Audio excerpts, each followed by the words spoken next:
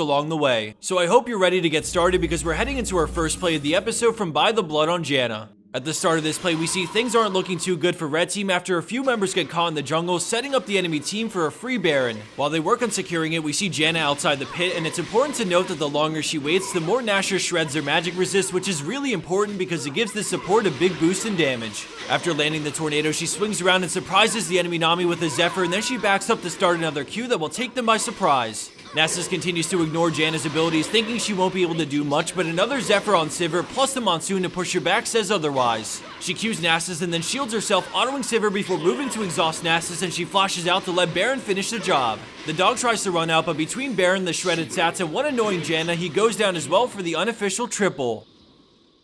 Our next play from Bartiano and Leona lands in at our number 4 spot because of its excellent display of teamwork in a high diamond elo match. A good gank from Lee Sin leaves so many enemy players at low health, but Leona feels confident they can scoop up some kills and decides to E-flash in, marking all 3 of them, but her teammates are lagging behind a bit too far, so no kills are converted. She continues to chase, and right as they start to slip away, Thresh fires out a hook, but then Lee Sin lands his Q on Graves, and what follows can only be described as a solo Q miracle because everyone finds the right target to somehow get all 3 kills without anyone dying. Let's take another look at that in slow motion as we see Lee Sin land Sonic Wave on Graves, killing him while smiting Rammus for the slow as Corki Q's Thresh, and then Leona lands the guaranteed ult snipe on Rammus way in the back.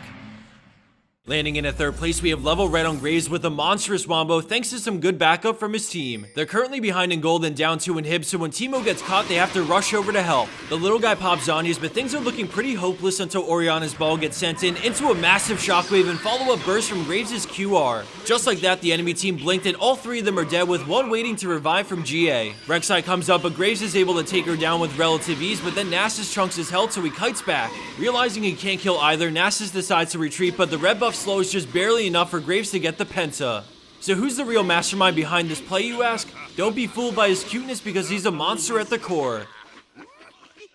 Moving along and into our number 2 spot, we have that kick on Lee Sin, living up to the name in such a satisfying way. With their Sion grouped up from top, Lee Sin is looking to make a pick so his team can get Dragon, which is about to respawn. The enemy team don't want to fight this, but Lee Sin sees an opening, war jump flash kicking Ezreal directly into the Sion Wrecking Ball. Katarina blows up Annie and then uses the reset to clean up the quad and basically the game off of the back of that engage. Let's rewind that back for a second to see what a fantastic kick that was, directly into the Sion ult as Rek'Sai burrows over the wall just to get CC to meet the same fate as the rest of blue team.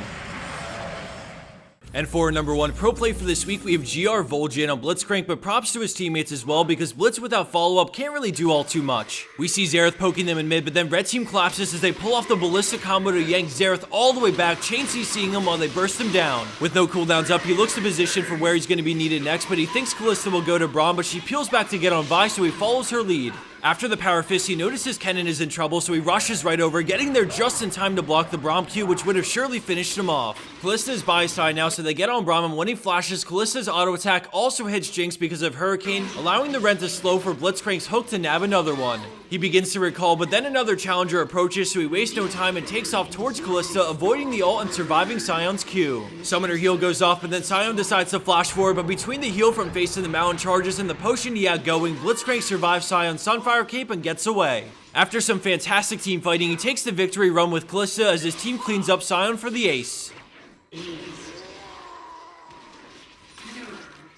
And for the bonus clip of the week, we have a Tavia on Ashe with a funny throwback strategy that people actually used to do in Season 1. Man, League strats have changed so much since back then, but if you played in Season 1 and remember people trying to pull this off, drop me a comment about it or perhaps a different cheesy strat that you remember. As the rest of this plays on, I wanted to remind everyone that we'll be at PAX East this weekend, so if you're going to the event, we have a panel with Kiori, Sky, and some other awesome YouTube channels, so be sure to come check us out and say hello. And finally, we've come to the end of this video, but before I head out, I wanted to give away 10 free skill capped accounts to get some of you free access to try it out. All you have to do to enter is drop a comment like I asked before, letting me know the cheesiest strategy you remember doing or seeing in previous seasons.